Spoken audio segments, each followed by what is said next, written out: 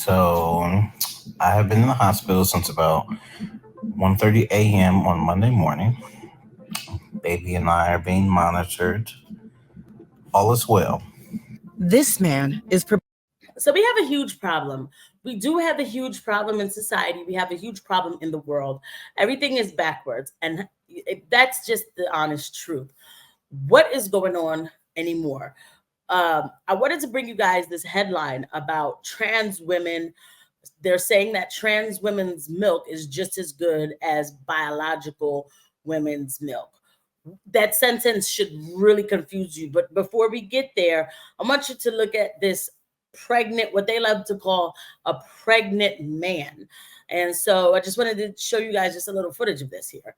Preparing to give birth in one of the least LGBTQ plus friendly states in the US. Pregnant women are celebrated.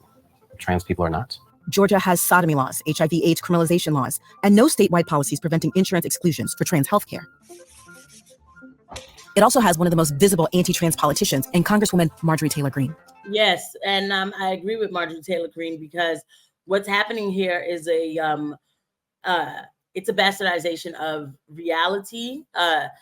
What is it that I'm explaining here?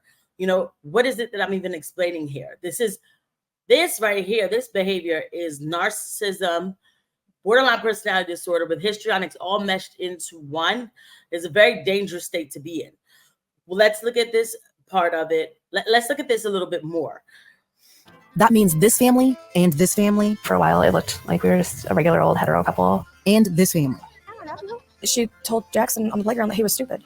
Basically told him that God didn't love him. Are all navigating building households in a state where some of their government officials say things like, no to biological males in women's sports, no to biological males in women's shelters, locker rooms, and showers, and no to transgender medical treatments for children, which is child abuse. So in a place where politicians filed 7 anti-LGBTQ plus bills during the 2021-2022 season, what is it like for trans residents trying to conceive, birth, and parent in the Peach State? I think we're scared about what the future holds because we're transitioning in Georgia. The more they attack, the more visible I become. I'm in zip code 30334 in Atlanta, Georgia. This is the state capital, a place that's been fertile ground for anti-LGBTQ plus legislation. This local news interview with the governor shows the tone. I've been very concerned about things that we've seen here and around the country when it comes to fairness in girls' sports, making sure our kids aren't indoctrinated in the classroom. In early March, state Republicans tried to birth a Don't Say Gay law, but Georgians successfully fought against it. A month later, the GOP pushed through a transgender sports ban. What's important about this space is that what happens here defines the framework for how trans people are able to live, love, and grow in the state. I want you to take a look at what they do here. When they're telling you about all of this, quote, when they're telling you about all of this, quote, aggressiveness towards trans people or whatever they're telling you about, the negativity about what the laws are against, quote, trans people, the people they show you these white men, from the Confederate, I'm sure, or whatever. So that's to get your visualization. That's to get your emotions going. So you visualizing these white men like, oh, it's a bunch of racist men who just don't want trans babies to be born or men to have babies. So this is where we have to control our emotions because men should not have babies. And in fact, it's not a man having a baby. We'll take a look at this some more and then we'll get into the trans milk. Look at the words that I'm saying.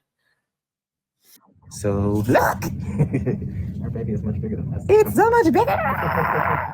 Jamel Ware and his fiance Alfonso Mills are a queer couple eagerly awaiting the birth of their first child. Jamel, a trans man, is carrying the baby they conceived without any aid. What was it like being pregnant as a man? It was very emotional. It was very physically challenging. You're not a man. Men can't get pregnant. This has to stop. And of course, Black people, they keep taking y'all and y'all become the face of this Marxism, this communism. But worse than that, this is against reality. This is just abomination. There's just no other word for it. Men cannot have babies. Men cannot have babies. A gestational trans father, there's no such thing. A man does not have a uterus. And the fact that this was ever a discussion that made it all the way to Congress and all sorts of places just goes to show. I'm not telling you people to go to church or anything like that, but there is something in the spirit, in the air, that is making people do absolute insane things, negative things, horrible things. I almost feel like I can't find the words for this sometimes because it's so obvious that we should not be doing this, yet I'm talking about it. Like, this is really happening. I mean, even the process of getting pregnant was uncomfortable. Having to ovulate and menstruate, brought a lot of dysphoria to me, but it also made me more comfortable with my body. Jamel was assigned female at birth and at 22 transitioned to male. He can still use his body to conceive and carry a baby. What did that feel like for you to have to stop taking testosterone? And you know what? We'll stop there. Jamel was not assigned. Jamel was born a woman. Jamel and Jamel and her narcissistic partner are two very dangerous people. This is the new baby moving around. I can't use certain words, but this is the new child T, if you know what I mean. It is, where we are conceiving children in situations that are not, it's not okay. It's not okay. And it's not okay. This is not normal. This is not, and the word normal is not an attack. This is not good, because this person says getting pregnant was a problem for my dysphoria, but you did it anyway for the attention. It's all for attention. You wanted to walk around here looking like a man, but being pregnant so everybody could talk about you and show you, give you full attention, right? And now you're going to bring a baby into this world. You're a selfish person going to have a baby. So we have here a total disrespect to women, you know, and women, we can fall on different sides of the aisle about a lot of things, but when it comes to this, women, wake up, because there's women who will march for this and say, oh, well, it's because of the patriarchal, like, get a grip on your life and deal with whatever it is that you have going on inside that you need to fix, but you cannot impose on society and march along with dangerous things like this. Trans women's milk as good as breast milk, says NHS. Now, this is, I can't even look at this picture. NHS, that's in the UK, that's their like NIH type of like their CDC. An NHS trust has said that breast milk produced by trans women who were born as men is as good for babies as that produced by the mother who has given birth. So in a letter, it's saying that the milk produced by the men after taking a combination of drugs is comparable to that produced following the birth of a baby. Okay. To breastfeed her partner's baby by producing her own milk with the help of experimental drugs and hormones. New York doctors prescribed the 30-year-old transgender woman a regimen of drugs, including an anti-nausea medication that's banned in the U.S. Within a month, the woman could express droplets of milk. In 3 months, she was producing 8 ounces a day. The couple's child is now 6 months old, and doctors say developing properly. Is this new type of experimental breast milk just as healthy as milk produced by biologically born women? Dr. Funk, first of all, can you kind of clarify what's going on here and how this is even possible? Absolutely. So it may surprise some of you to realize that we all started out as female, including Doctors Travis and Orton. So in other words, in utero. Way to go, girls. So it's okay. So we all started off as the fairer sex, Dr. Yes. Funk. That's what you're saying. Clearly we do. So in utero, we all start out female. In about the 6th week of life, an embryo's testosterone will kick in and differentiate that embryo into a baby boy.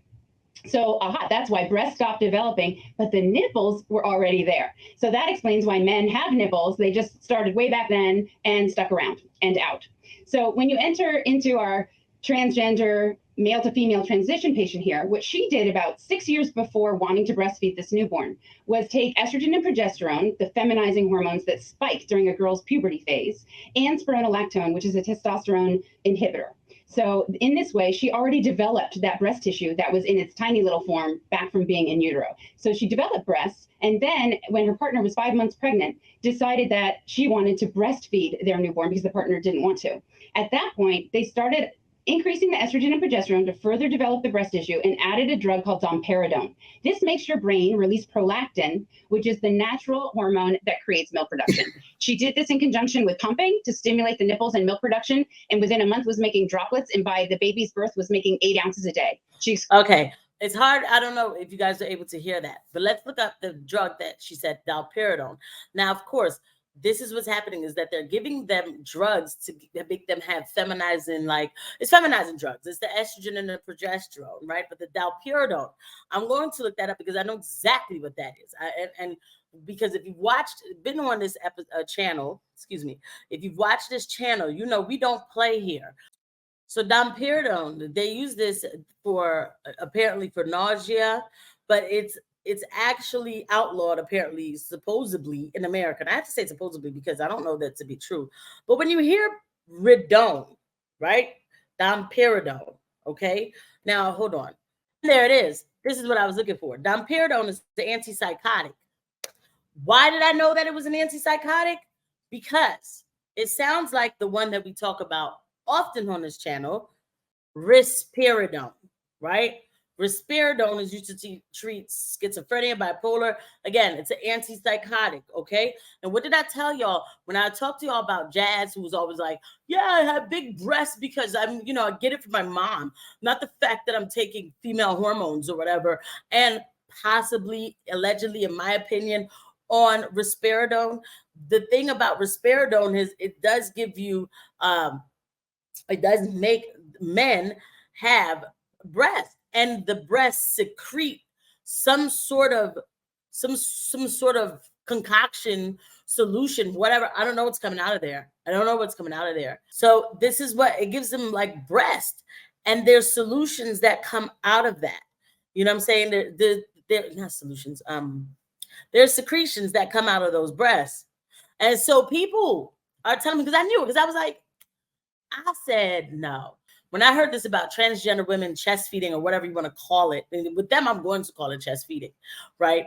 I said, there's Risperdal involved with this. Risperdal is involved. And what did she say? She said they give them domperidone, which is in the same drug class as risperidone. How do we already see how we know? It's the names, they sound alike.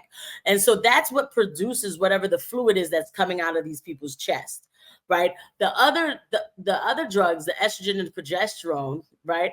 They're going to give you the glands and everything, but to get the fluid to come out, whatever the fluid is from the domperidone. And so what is the fluid? And they're saying it's just as good as breast milk. It is not.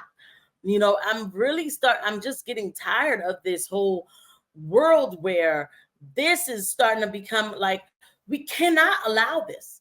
We can't, because not only are you bringing children into situations that are very complicated, full of mental health problems. I mean, come on, the baseline delusion of this is already an issue, and you're bringing children into this, and then you're telling you're saying that these people are going to raise kids, right?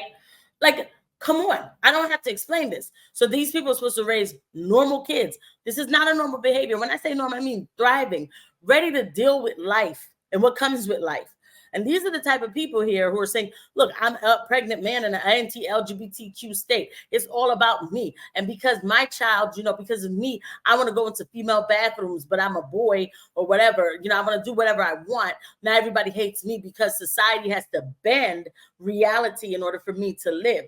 And so now we're allowing this type of thing to happen. And then we're going to feed children fluid that's coming out of psych medication. How does it make sense? How is this okay? What are we doing here? This is a problem. I'll see you guys at the next video. Bye.